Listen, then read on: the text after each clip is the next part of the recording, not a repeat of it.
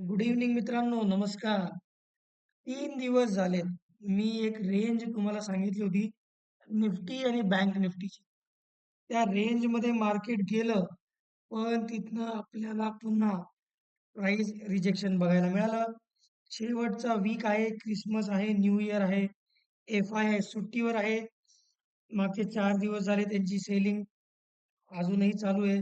2 दिवस बाईंग आली होती, त्यानंतर कंटिन्यू 4 दिवसापासून सेलिंग आहे. होतं काय नेमकं? नेमकं होतं काय? आपले घरेलू म्हणजे जे डी-आय-आयज आहेत, त्यांची सुद्धा काही एवढी म्हणजे अशी अग्रेसिव्ह बाईंग दिसत नाहीये मार्केटमध्ये.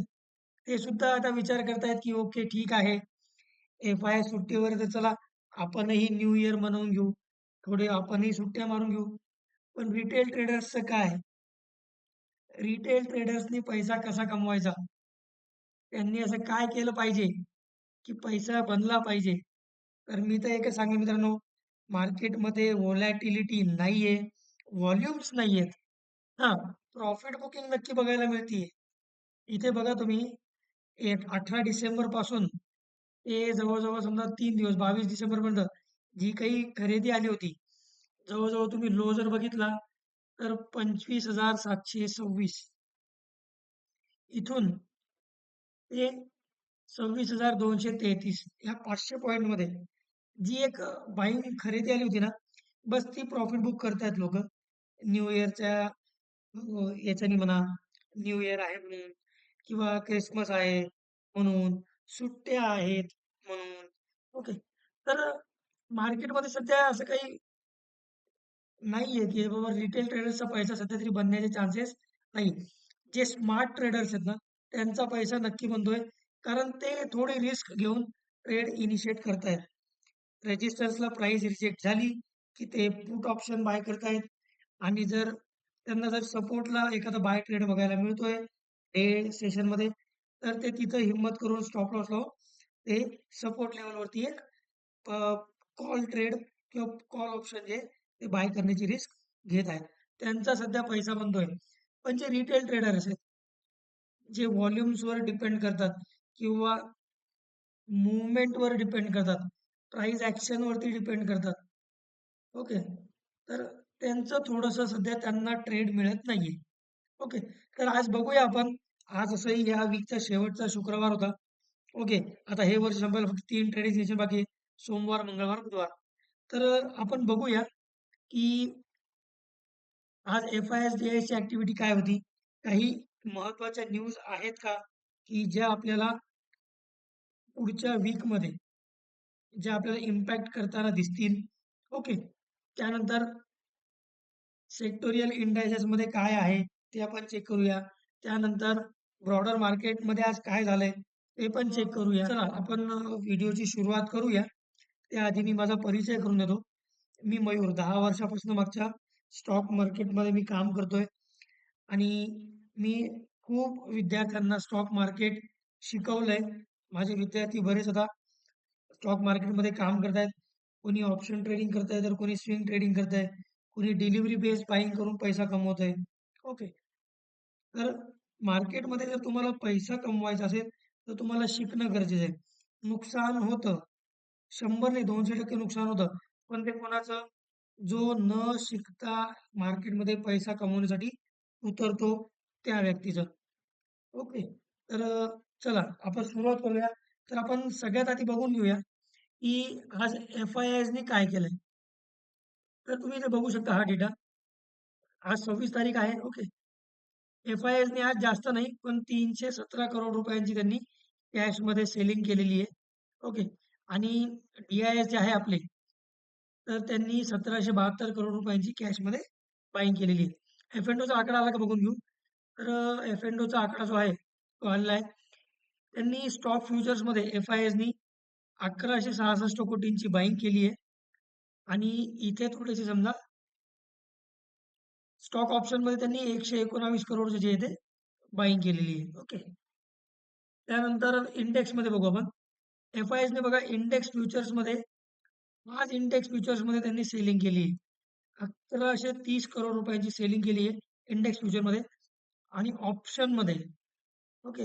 इंडेक्स ऑप्शनमध्ये त्यांनी 7,847 करोड रुपयांची 7,847 करोड रुपयांची बाईंग केलेली आहे. ओके. हे होतं FISचं कॅश, फ्युचर्स आणि ऑप्शनमध्ये काय त्यांनी आज ऍक्टिव्हिटी केली ते. आता बघा मार्केटमध्ये बाईंग नाहीये सध्या कारण व्हॉल्यूमच नाहीये. जे काही होतंय ना ते प्रॉफिट बुकिंग चालू आहे. फक्त प्रॉफिट बुकिंग सुट्ट्यांना घेऊन.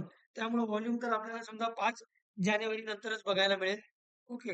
5 जानेवारीपासून जो वीक सुरू होतोय त्या वीकमध्ये आपल्याला जे आहे ते व्हॉल्यूम्स पुन्हा बघायला मिळतील.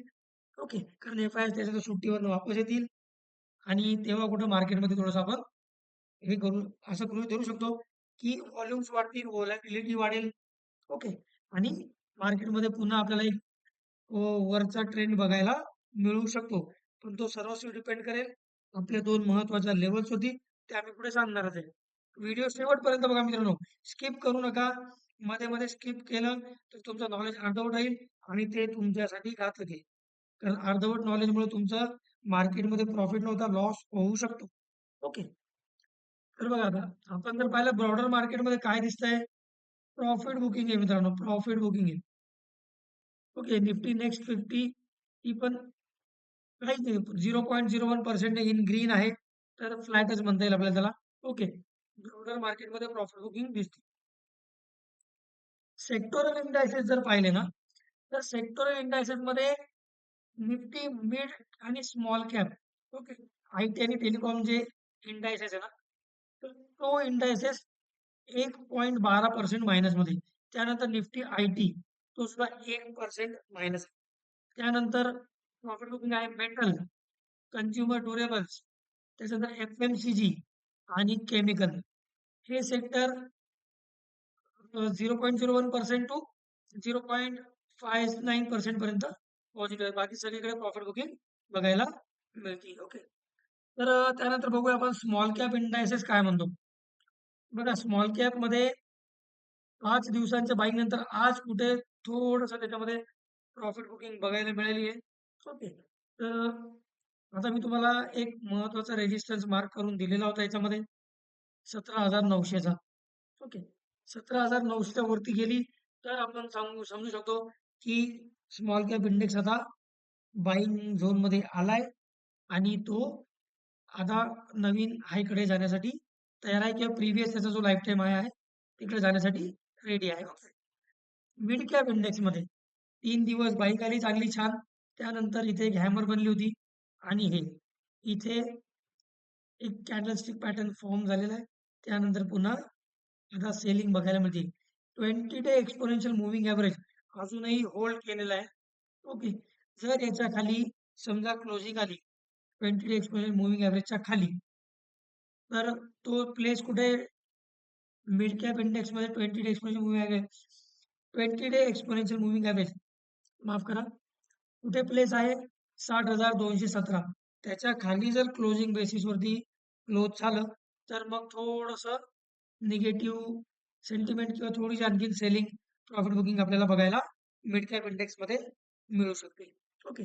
चला आपण बघूया आता की सोमवारी आपले मार्केट कसे ओपन होऊ शकतात. ओके. आता इंडिया विक्स तर लाईफ टाईम लोला आहे. ओके.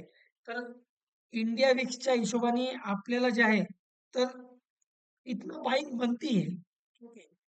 इंडिया विक्स पूर्ण सपोर्टमध्ये आहे, की इथनं आपल्याला मार्केटमध्ये बाईंग मिळायला पाहिजे. पण आपण बघतोय, की 22 तारखेपासून पुन्हा जे आहे, थोडीशी आपल्याला आता प्रॉफिट बुकिंग बघायला मिळते. कारण 25 तारखेची सुट्टी, FIS आहे सुट्टीवरती, न्यू इयर आहे, तर व्होलॅटिलिटी नाहीये. ते लोकं सध्या सुट्टी एन्जॉय करतायत. ओके. तर आता सोमवारचं ट्रेडिंग सेशनमध्ये आपलं मार्केट जे आहे, ते फ्लॅट टू पॉझिटिव्ह ओपन होण्याचे इंडिकेशन सध्याच्या डेटावरनं दिसतायत. आत्ता जस्ट आता 9:30 पावणे 10 होत आहेत. आत्ताचा जो डेटा माझ्याकडे आहे, त्या हिशोबाने सोमवारी मार्केट आहे फ्लॅट टू पॉझिटिव्ह असे ओपन होतील. ओके. झालं तर फ्लॅट किंवा 20-30 पॉईंट वरती ओपन होईल असे इंडिकेशन सध्या आहेत. ओके. त्यानंतर निफ्टीसाठी आता जर आपण बघायचं झालं 20 day exponential moving average place आहे 25,998 ला. ओके.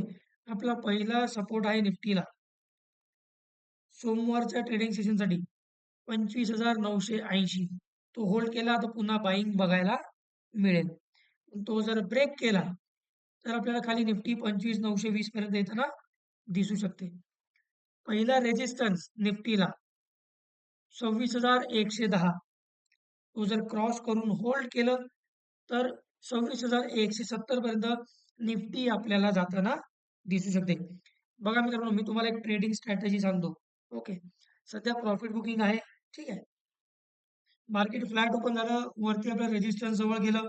इथे जर तुम्हाला प्राइस रिजेक्ट होताना दिसली तर तुम्ही इथे सेल ट्रेड किंवा पुट ऑप्शन बाय करायचा ट्रेड जो तो शोधू शकता. पण स्टॉप लॉस लावायला विसरू नका. तुमच्या फायनान्शियल ॲडवायझरचा सल्ला नक्की घ्या.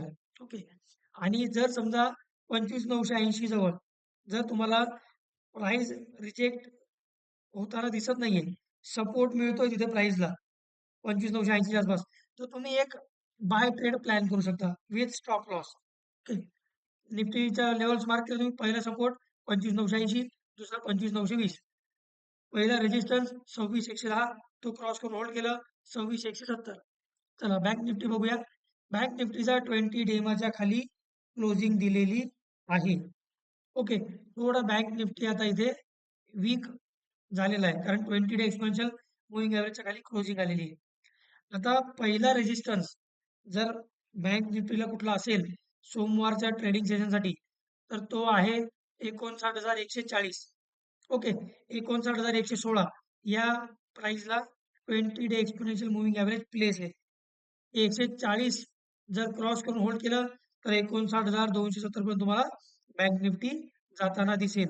जर 140च्या आसपास प्राइस रिजेक्ट झाली तर सेल ट्रेड प्लॅन करू शकता विथ स्टॉप लॉस.